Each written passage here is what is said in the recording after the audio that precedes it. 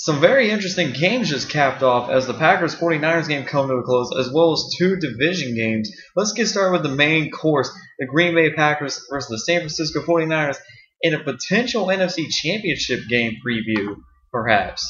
I mean, let's take a look at the teams from those two teams last year. Green Bay went 15-1, but fell apart in the second round against the New York Giants.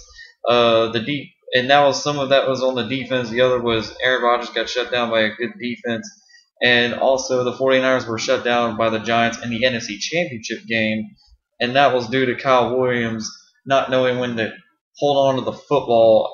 And he should have probably just called fair catch before making the mistake to give the Giants the field goal and lead them to the Super Bowl. But now we go on to this year. We got Aaron Rodgers, reigning MVP, versus Alex Smith. You know, Alex Smith had a little bit of he got a little bit frustrated. He thought he got angry about the fact that San Francisco wanted to bring in Peyton Manning. And you know, you can't blame San Francisco. I mean, I don't blame Alex Smith for being mad. It sounds like he's gonna get tossed after leading San Francisco. Oh, more so the defense than Alex Smith, but Alex Smith did enough to win each game that they were in, and it felt like and I don't blame Alex Smith for being frustrated. I mean, he got too much criticism, and he actually helped lead to one of the best seasons in years. So anyway, let's get on to the game. The 49ers defense showed no mercy on Aaron Rodgers. Rodgers was getting frustrated early. He couldn't connect with the receivers like he wanted to. The only one he was really ever getting to was James Jones, and that was until the fourth quarter. He got to Randall Cobb quite a bit, but it came later on in the game. Greg Jennings was shut down for the most part. And 49ers, Randy Moss caught his first touchdown in about 2 years, or his first touchdown since returning to the NFL. Made it 10-0. And then Aaron Rodgers struck back eventually, made it 10-7. And then the 49ers kicked 2 field goals, including a 63-yarder by David Akers, the longest in 49er history, which hit off the bottom crossbar and flipped right in. It was an amazing field goal. Definitely a top 10 play. So 16-7. And then we go on to the third. Alex Smith continued to pick apart the Green Bay defense. Throws a touchdown to Vernon Davis. 23-7. Things started to fall apart until the early fourth, where Randall Cobb got a punt return, 75-yard punt return for a touchdown. There's a little bit of question saying, wasn't that a block in the back? Shouldn't have been called back. I was probably one of those that agree with that, but you know, it is what it is. I mean, these are the replacement refs that we were talking about, and you know, they're going to make mistakes. And they threw a flag at the first, but they eventually overruled it. But there really could have been 2 blocks in the back, although one was more to like the side, so I don't think they really would have counted that one. Maybe that was the one they were looking at. I don't know. But nevertheless, it was 23-15.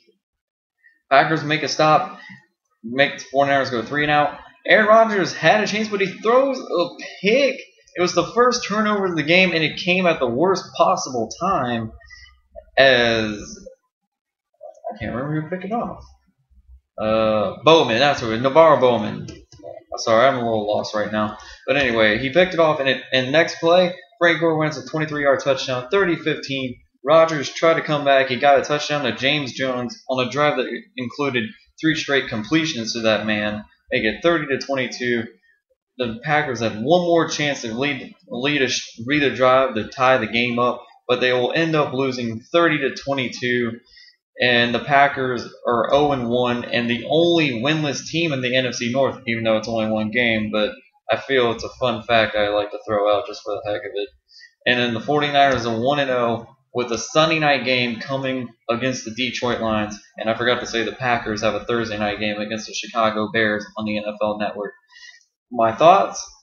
A huge win for San Francisco, considering the fact that this is the first win in Lambeau in almost 20 years, maybe even 21 years. And not only that, this is a huge test for them because they could potentially meet this team in the playoffs. So, and Alex Smith exceeded expectations. He went 20 of 26, 211 yards, 2 touchdowns.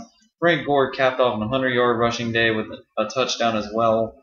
Michael Crabtree was looking good. Randy Moss looked good. Vernon Davis.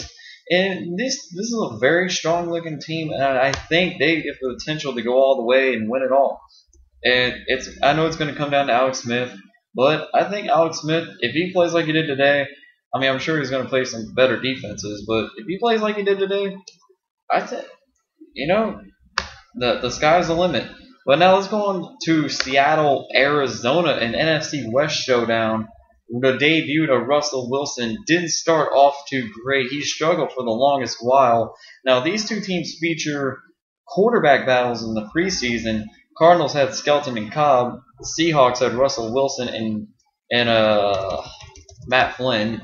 Matt Flynn and Kevin Cobb were given huge contracts and expected to be the starters, but they eventually got overtaken, won by John Skelton, which I kind of agree with the decision because Skelton seems like he's the better game manager and the better leader of the two, and Russell Wilson seemed like he had the more athletic and all the intangibles than Matt Flynn. But but honestly though, I think Matt Flynn should have got the start just because he got the contract.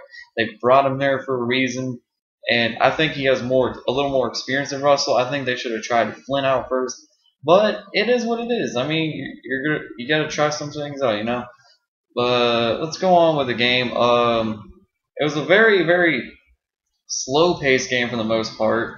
Only touchdown in the first half came off of a Larod Stevens howling 1-yard touchdown run, and then it was 10-3 at half. Then they made it 13-3 before Russell Wilson finally got connected a little bit and got a touchdown pass to make it 13-10. And then only a few minutes later, they ended up tying the game up at 13 and then took the lead in the fourth, 16-13. So you thought, okay, maybe they're onto something. And then John Skelton, who was doing good, he threw for about 146 yards at the half, only goes 1 for 7 for 3 yards and a pick, and he got injured in the process. No bueno. It really hurt, but it actually didn't hurt because Kevin Cobb came in. People were worried, and Cardinals fans were booing him, and they didn't know.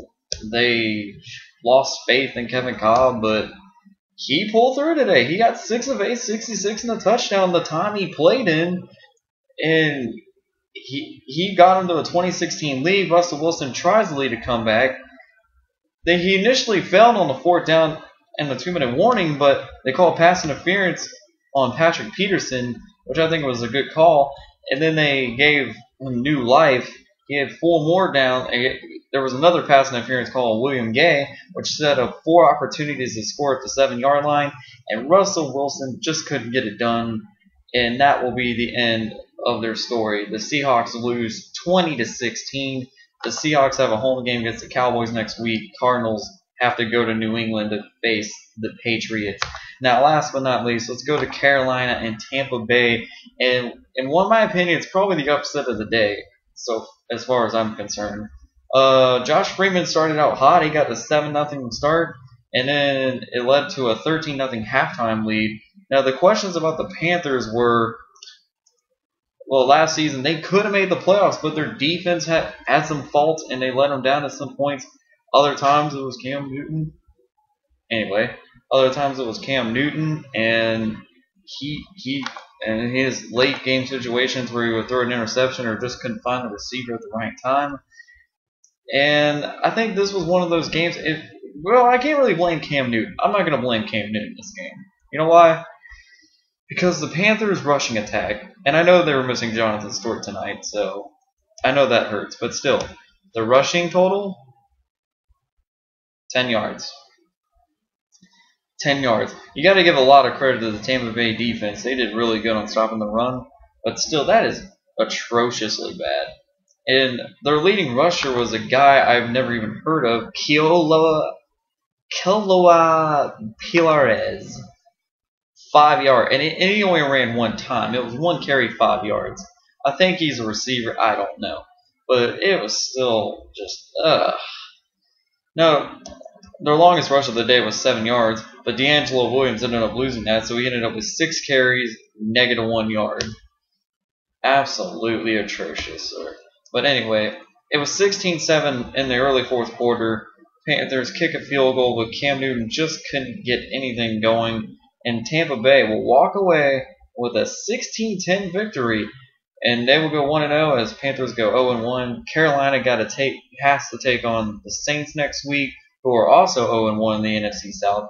Meanwhile, the Bucks hold the share of first place with the Falcons at 1-0, and the Bucks have to take on the Super Bowl champ Giants at New York.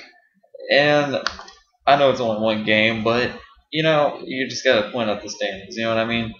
But this will do it for the afternoon review. Be sure to tune in for my Sunday night football review tonight, as it should be a doozy, man. Peyton Manning finally coming back. Big Ben Roethlisberger Steelers looking for revenge for last year's wild card stuff. It's intensifying stuff. So let's get to it.